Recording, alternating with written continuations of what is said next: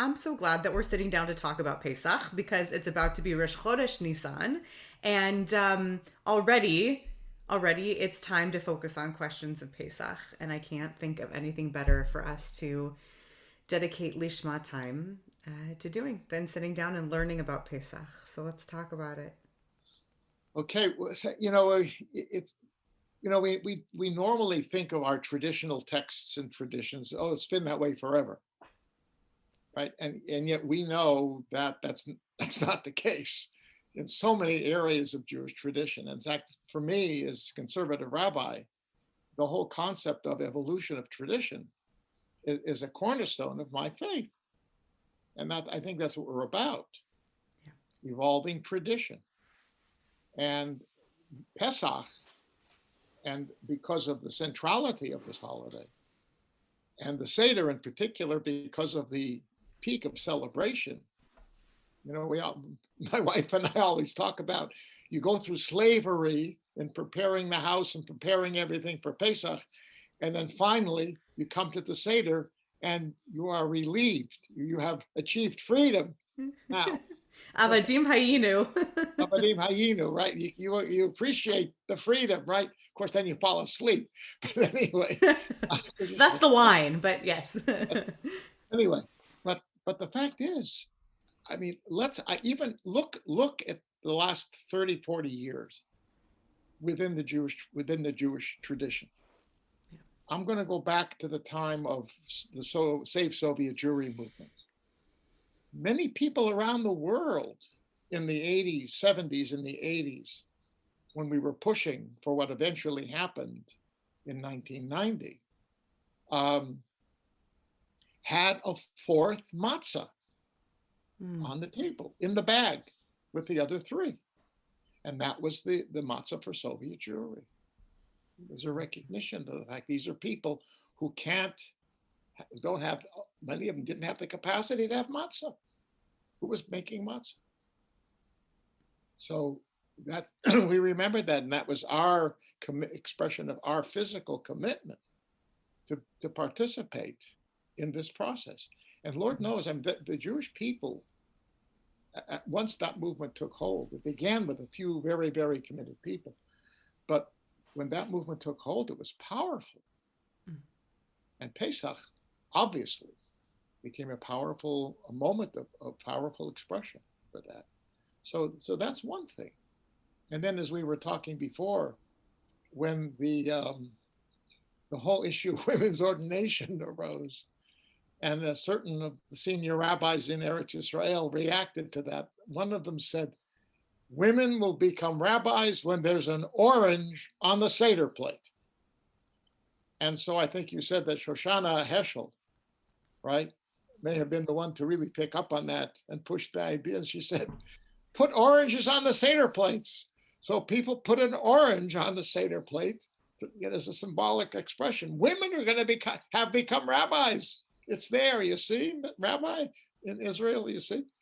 So I mean, that's another thing. And then I think also, we use this Haggadah, the Feast of Freedom Haggadah, that the Rabbinical Assembly produced. And it's amazing because here we are a movement that everybody says we're trying to get through things fast, make things shorter, right? Traditional but short. Okay, and we sometimes have that. This Haggadah is actually bigger than the standard Haggadah. The Magid, the Midrash that talks about all the miracles that happened that led to the Exodus, it's got a lot more material. Yeah. And, and I think it was because it was developed at a time when the whole concept of creative Haggadot began to blossom, right? All kinds of different designs and concepts were coming out, dealing with things that were relevant for the age when they were being developed.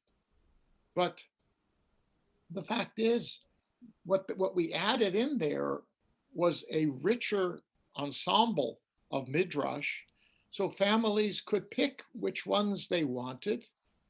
The choices were broader, but what was included now were passages that were relating more to today or then in the 1980s and still today. we added, I say we, meaning the collective conservative movement, added in this Haggadah Midrashim talking about women and the role that women played in the in the in the Exodus.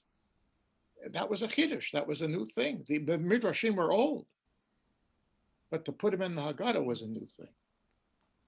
And that was, we read those.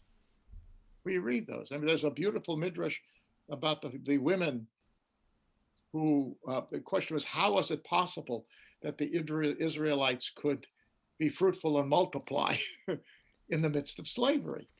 Favorite Midrash. You know that Midrash. The Midrash Rabbah with the mirrors, with the bringing of the mirrors. Oh no, this is the one about bringing the lunch. Oh, even better. Okay, go ahead. You bring the lunch one, and then I'll bring the mirror one. Go. Okay. So no, so the women would take food to their men who were working. Yeah. And these presumably were when they were in the fields. I guess they were harvesting the stuff for the bricks, right? Because remember they had to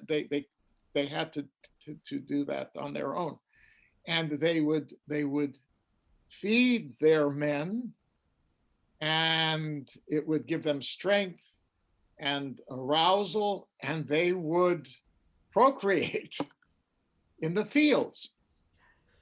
And that's how, and basically what they were saying, they were doing this to Pharaoh.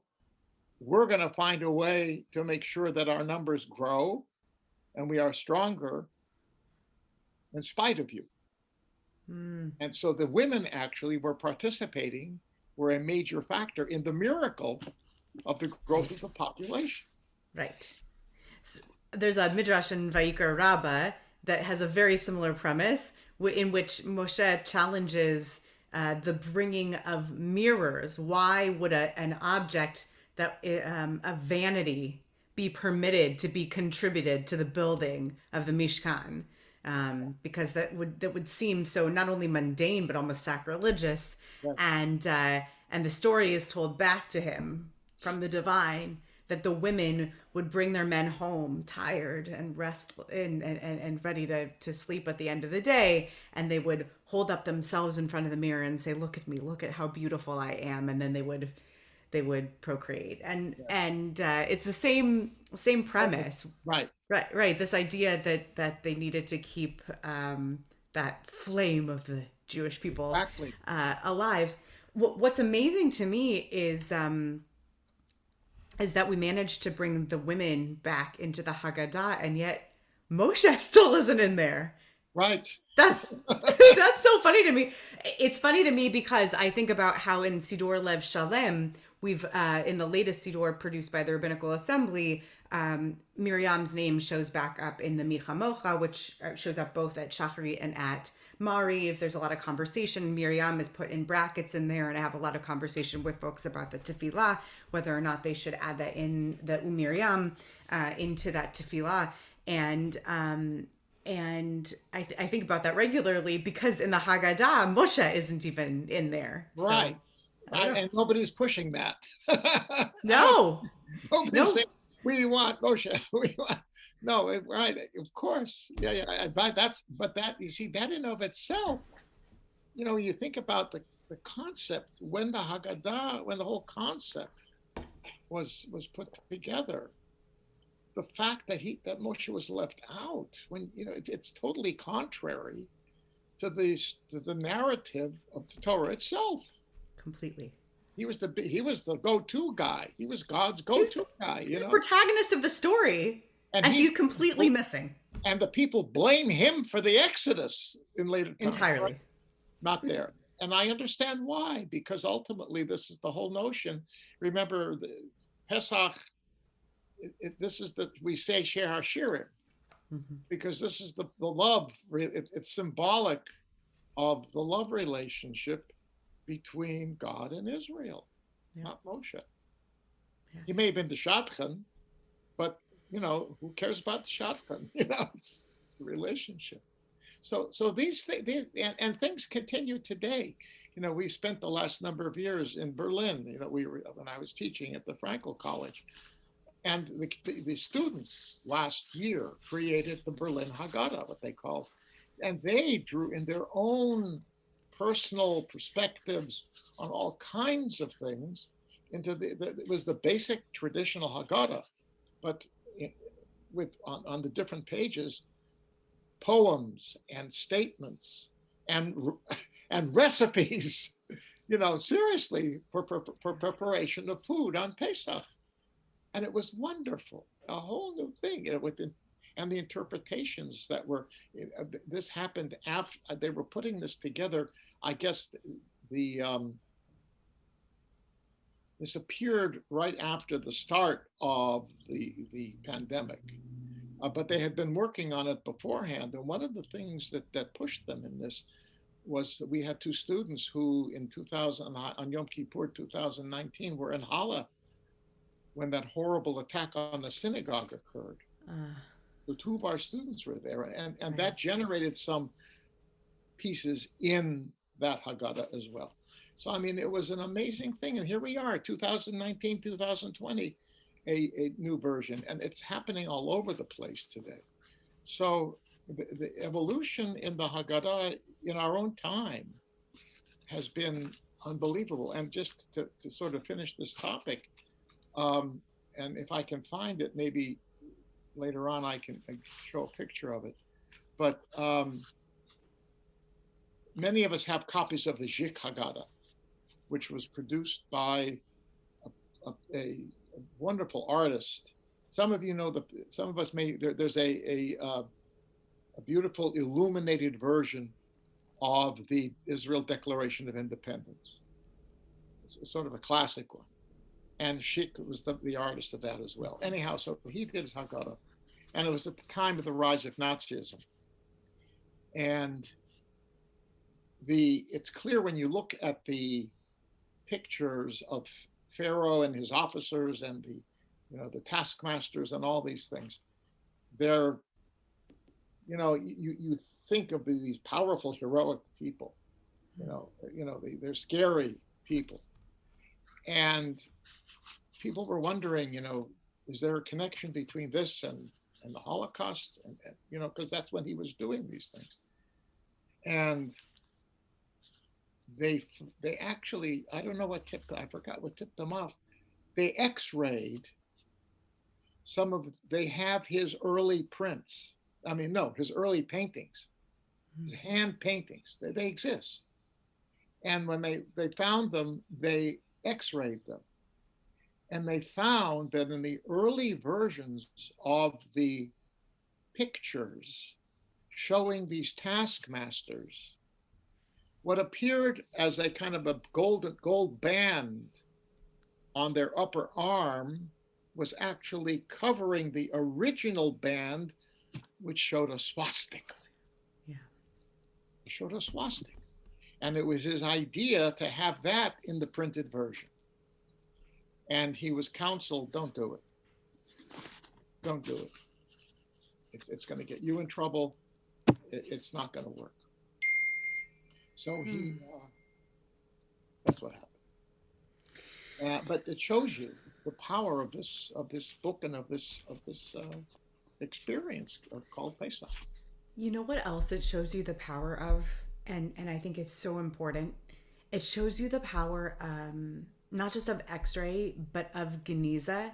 I remember the first time walking into the seminary's rare book room and being introduced to this idea of Marginalia and the concept of girsaot, of versions of manuscripts and of documents existing, and how important it is for us to have the marginal notes of people, real human beings from history, and to know what they were thinking, right? To understand their thoughts and what they were imagining. And I have encouraged every student of mine to write in their sidurim and in their tanachs with pencil, write directly in them if they possibly can, to own their books and to write directly in them for Right. history, right? Just to write in your books, because it's because of people writing, it's because of Jews writing in their books in history that Yeah. we that we have what we have. I really believe deeply in it. And it's because people, it's because he drew that swastika and then painted over it, that we know that he was thinking that. And that's such a powerful image to me, that he did it even if he painted over it. Right. I think Incredible. that's a good that's a good terrific observation. When I've read manuscripts. See, I even published a little manuscript that was heretofore unpublished when I was working on my doctorate and the years Mm, thereafter.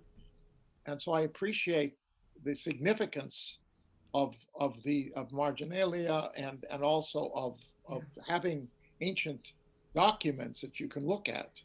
That I yeah, mean, the Cairo Geniza has radically changed our understanding of Jewish history, as have the Dead Sea Scrolls, as an yeah, example. But since we're talking manuscripts and stuff like that, let me jump back in time now, yeah, because there's a lot of pieces of the Haggadah, of the traditional Haggadah, that have changed. I mean, if you read the Mishnah and read the Talmud, and then go see what we have together here that sort of evolved in the later middle, in the Middle Ages. Okay, but you go back to the earliest levels of these things change. Significant things change. To me, one of the most significant things, and this is something that already modern commentaries on the Mishnah have noted. The Mishnah notes 4 questions, which are different from the ones that we use. That in of itself is interesting. But they say originally there were 3 questions. 3 questions. Why do we eat matzah? Why do we dip twice? And why do we have roasted meat? And they're suggesting that that may actually go back to, to temple times, because it is, it's so old, and it makes sense because those represented 3 elements of the Pesach, of the seder, well, actually of the celebration, that were essential, and that were unusual, right? And then apparently what happened thereafter was the there were changes that took place after the destruction of the temple, right? And you still had left over one of those things, because then it became 4, and the 4 were matzah, but then there was the dipping twice. There was a remnant of the roasted animal was still there, and the 4th one. Let me see. Not maror. No, the no. leaning. They added. I think they added the maror.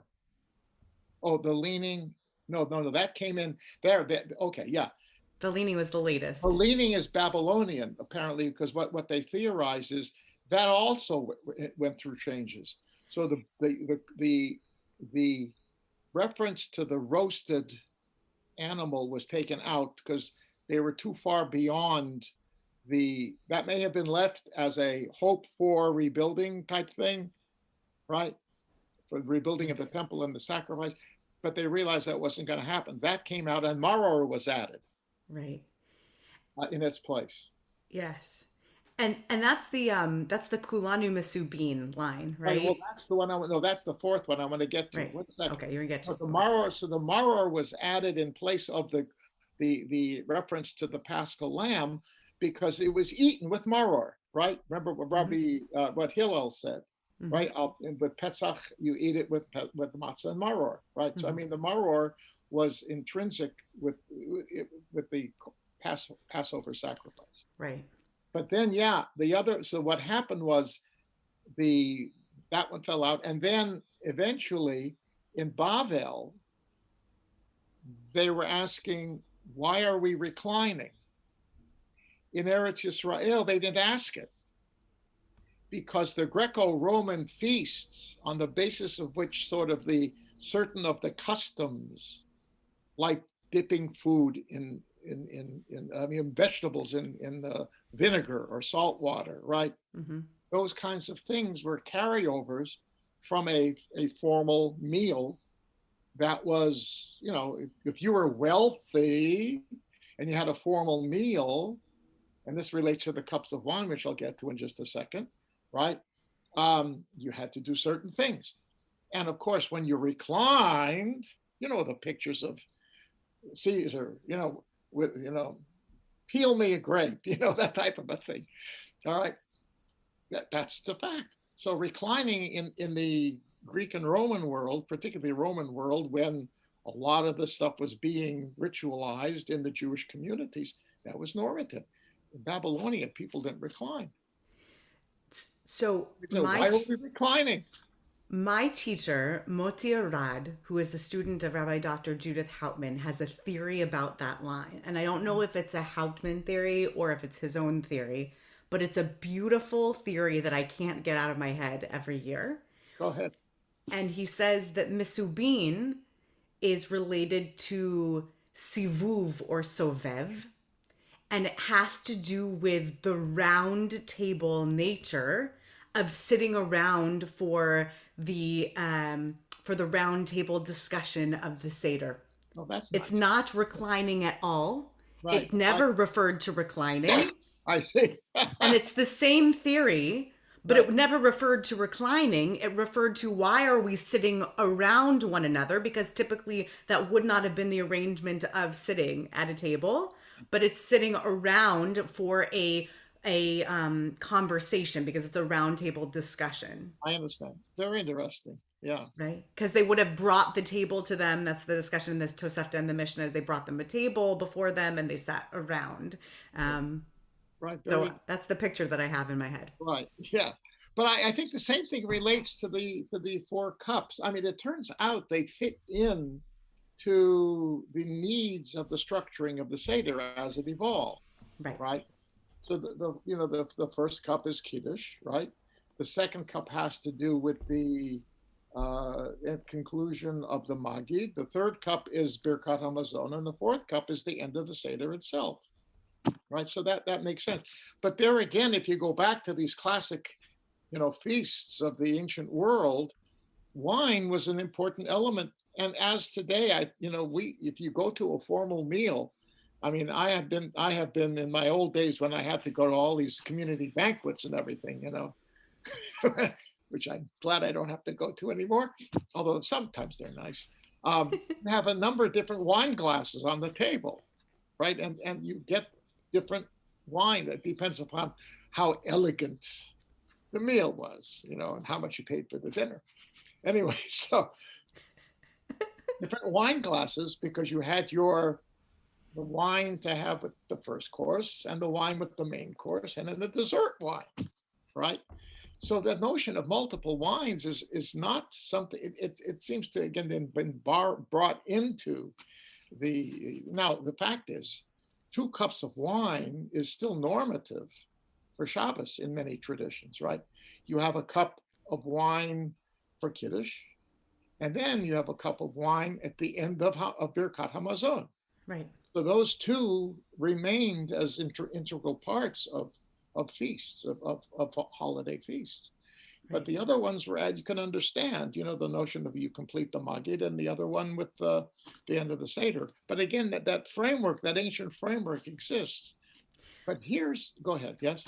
I just want to clarify. I think a lot of people, possibly who are listening to this podcast, might not be familiar with the custom of benching on a coast. And so I just want to clarify for a second this whole custom Right. because we see it on Pesach night, but we don't always see it at Shabbat. And it's something really beautiful. And this idea is that just like imagine sort of the clutching of the cup at Havdalah, imagine that throughout Birkat Hamazon, you're saying the blessings of all of Birkat Hamazon with the intention that at the end of Birkat Hamazon, you're going to say Borei Pri Hagafen over this glass of wine or cup of wine also.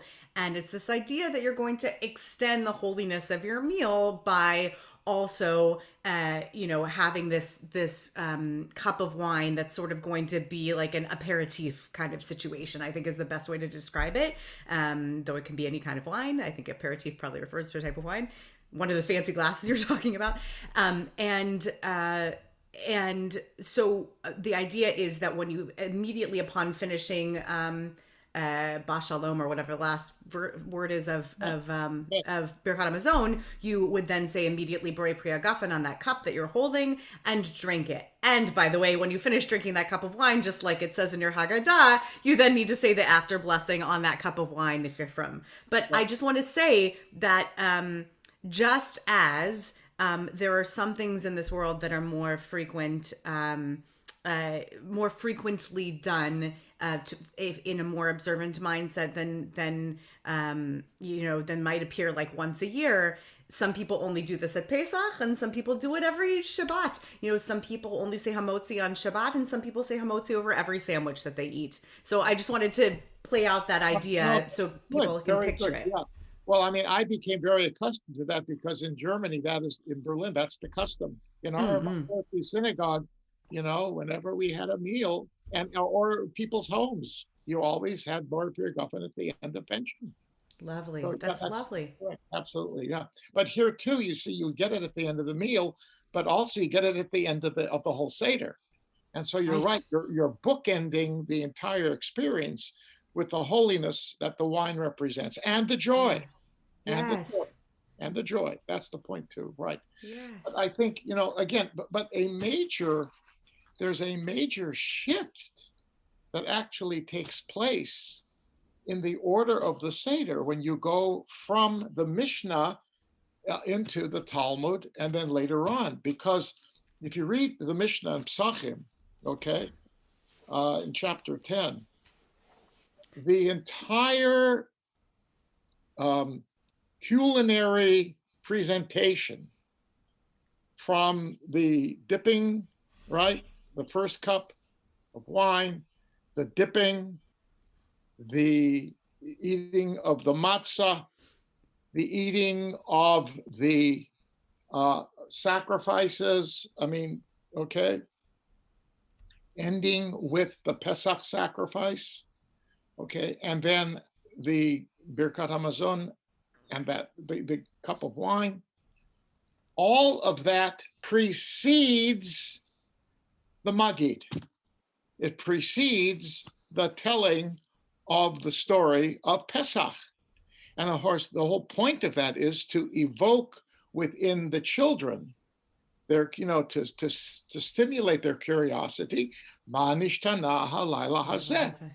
Right. Because the point is they are looking at the physical, the actual eating and drinking of all this stuff. This is different from the way we normally do it. Especially if you're a poorer family, you don't do this stuff. And here you have all that stuff that you've done. Why? Then the father, right? You have to, first of all, according to the Mishnah, you allow your children you say, okay, ask questions.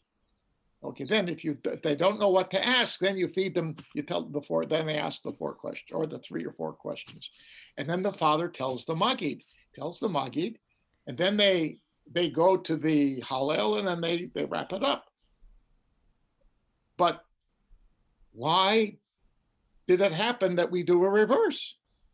We do the Magid first, right? We have Kiddush, dip the greens, right? Karpas, story, the 4 children, and the Magid, all the Midrash and the interpretation, okay? And it says, Kol hamarbeh l'saper b'yitziat Mitzrayim, harei ze meshubach. The more you can talk and tell the story, the more elaborate the story, how praiseworthy it becomes. And then you go through the Magid, which indeed is very praiseworthy because you're telling more and more. Then you have the second cup. Then you eat. Very wise decision on the part of the sages during the Talmudic period. Because if you really increase the amount of the telling, if you do that after you eat and drink 2 cups of wine, what is going to happen during the most important part of the seder, which is the telling of the miracle. You are going to fall asleep, especially the children who are the ones who have to hear this. If the telling is short, tell it beforehand. Once it gets longer, you got to flip it. And I think that's the reason. It makes perfectly good sense. Why do we have all those fun songs at the end? To keep the children's, excitement going, so we can sing these funny songs at the end. So the point is, that whole issue of the pedagogic, the educational value of this thing, this is the meal that has a powerful, if you think about it, educational function. It says, "Haggadah levincha," tell your children, right? You've got to tell it. That's unique. So the kids have to be in a situation where they'll listen. And after dinner, they get very antsy, right? Think about it. Think about our kids, right? Anyway, so that's what I believe what happened. But the fact is, we know exactly what the original Magid was, because it's in the Haggadah. The original Magid was the Arami Oved Avi, that passage from the book of Deuteronomy, chapter 26, which is often cited. The whole passage is cited in our Haggadahs today, which is that block of verses that people knew, because that's what you said in temple times when you brought your first fruits to the temple every year. So that was already a piece of liturgy, a piece of worship that people knew. That was it. What happened, of course, if you look closely through the traditional Haggadah, they take that passage and parse it into little clauses, little phrases, and bring other midrashim from Exodus and from Deuteronomy, for example, and plug them in and make midrash by relating one. They'll say, and they cause us great pain and suffering. Then they will quote the passage which says da da da da da, and so forth and so on. So the midrash grew and grew and grew, and of course today, with this guy, it's grown even more. So you do all of that before you eat, and then you eat. That's a big change. I realize, as you describe that you have set out such a wonderful idea about the Pesach Seder that I've never thought of in this framework before, but it's such a wonderful point that you've made by laying it out this way, which is that people over time with seders have taken that instruction of Harez Meshubach with the Magid, this idea of extending the Midrash of the Magid, and they have done the same thing with ritual innovation of the Seder, to go back to the beginning of what you and I were talking about when you started talking about the extra matzah and the orange on the Seder plate. And as I'm thinking about the virtual Seder that we're doing as a community this year, and I looked back on last year and what we did as a community and all of the traditions that people brought, I'm thinking people have invented the most amazing things.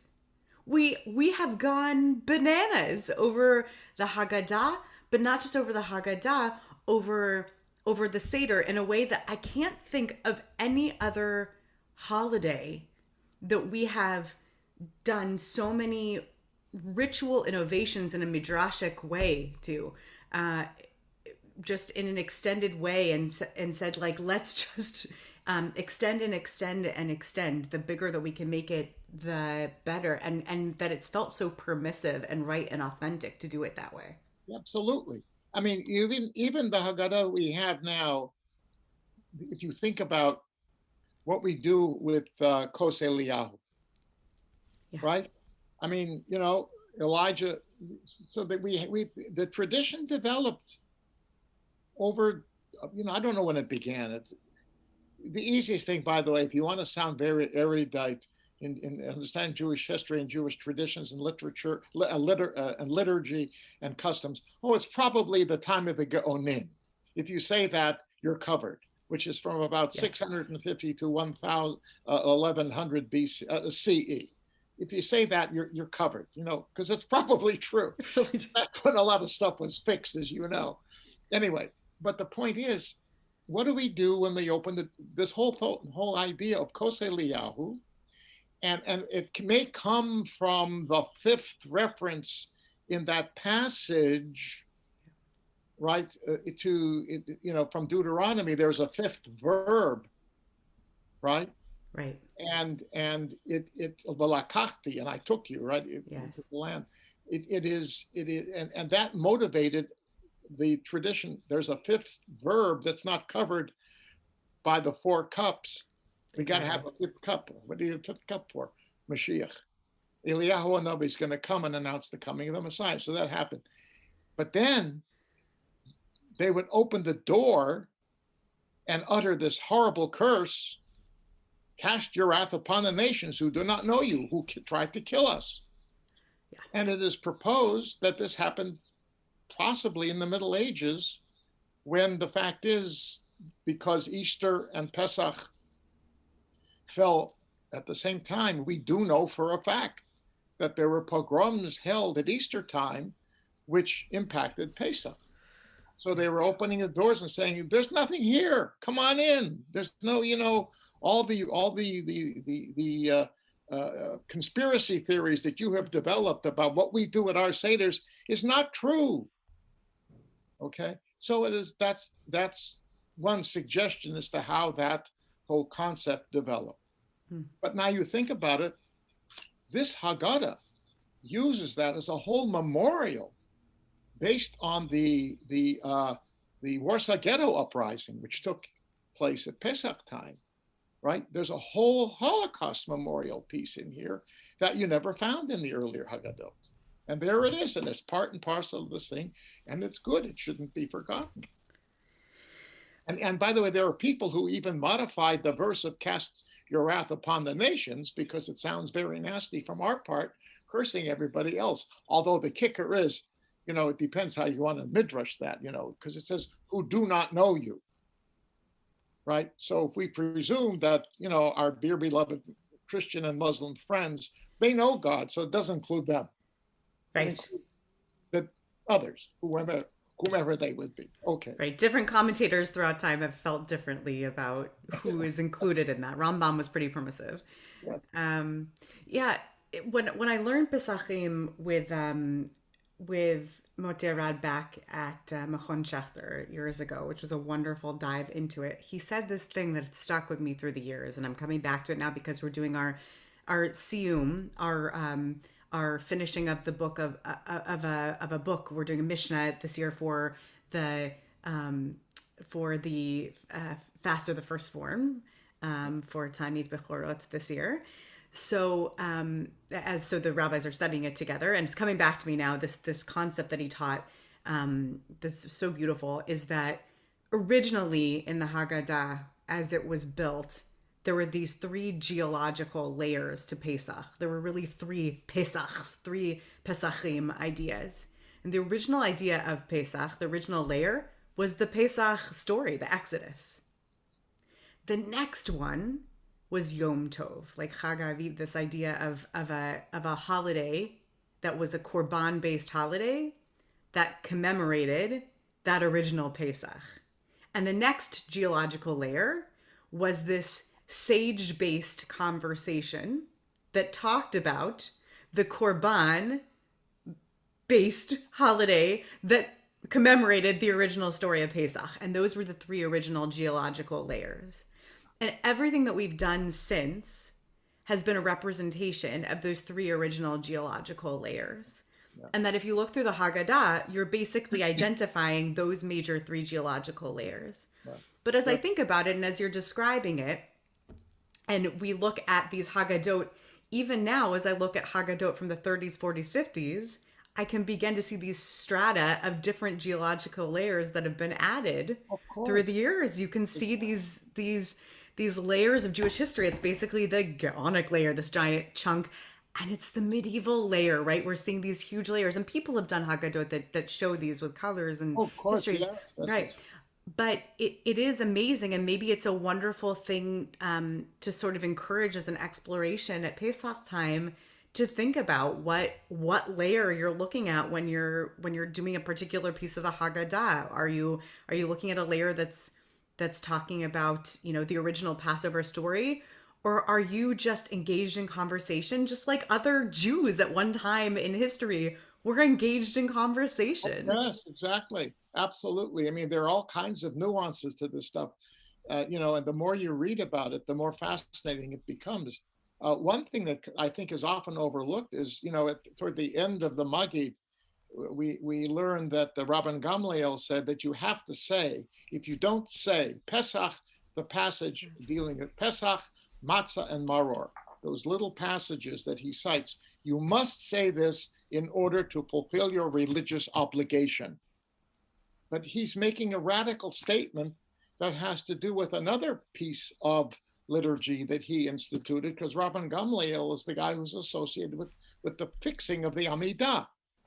And the point is, the common denominator there is the words of prayer are substitutes for physical sacrificial offerings.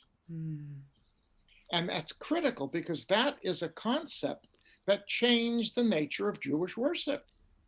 You can say words and they have the same impact in your relationship with God as That's right. offering physical things. And to me, that is astounding. We read it quickly because it's at the end, but it's an amazing chop on his part. And I think that is, remember, Gamliel is doing all this stuff within the generation after the destruction of the temple. And he, along with his colleagues at that time, like Rabbi Yochanan ben Zakkai and others, are trying to create new interpretations of religious expression where you can continue ideas that were viably and actively carried out with the temple, even without the temple, because there is no temple. You know, Rabbi Rembaum, that sounds like a very familiar problem in 2020 and 2021. That feels very real and very emotional. Yes. I'm serious about that. That's very resonant. And and I have thought about that very often, Yeah. and how wise and how terrified our sages must have been, those to whom this was very serious business. Oh, yes. What is avodah and avodat halev now? What is worship without a temple? I mean, the the insistence that this terrible situation must be temporary, I understand that very well now in a real way that I did not understand before this pandemic. Sure. And that they were able to create this system of words as sacrifice, of words as worship, was just profoundly innovative and faith filled. Right. Right. And it feels very relevant. Yes. I mean, picks up on certain statements the prophet makes, like Hosea says, don't bring sacrifices, bring Right. words. Right. And that already, because he was very down on the cold ritualization and manipulation of the sacrificial system in the 8th century before the Common Era. But that sets a kind of a paradigm that is very appreciant, right? Because it becomes meaningful absent the temple, and even today, Yes. because if you got to say words, it means you got to think, and you got to think, you got to feel, right? And those Yes. words should express your angst, your anxiety, your pain, Yes. as well as your praise. And Yes. we have created systems that allow for that to happen. And that's the beauty of being able to liturgize, to be able to put ritual into verbal form. And you're Right. right, we should not belittle it. It's a Yeah. powerful, powerful force. And what I hear you saying about the history of the Haggadah is that Jews everywhere should feel that just as our sages had the right to innovate and improvise and create new traditions, it's in our hands now to do that. Right, exactly. And to express the essence of what the ideas here are, the powerful values here, freedom and relationship and human God relationships and interpersonal relationships and not hating people and all this stuff is all here. And it's interesting. People say the Siddur, right, the prayer book is the people's book, right? Because people, not everybody studied Talmud or Mishnah, but everybody prayed, okay? And today, even more so, this is the people's book because so many Jews who may not go to synagogue regularly and may not be comfortable with everything in the Siddur, they have these books in one form or another. This is the people's book. The Seder is the people's, that and Shabbat are the two big celebrations of people. Well, good. Make them meaningful, make them relevant, enjoy them, learn from them, relate to them, make sure everybody participates in them, say the right words, enjoy the meal, right?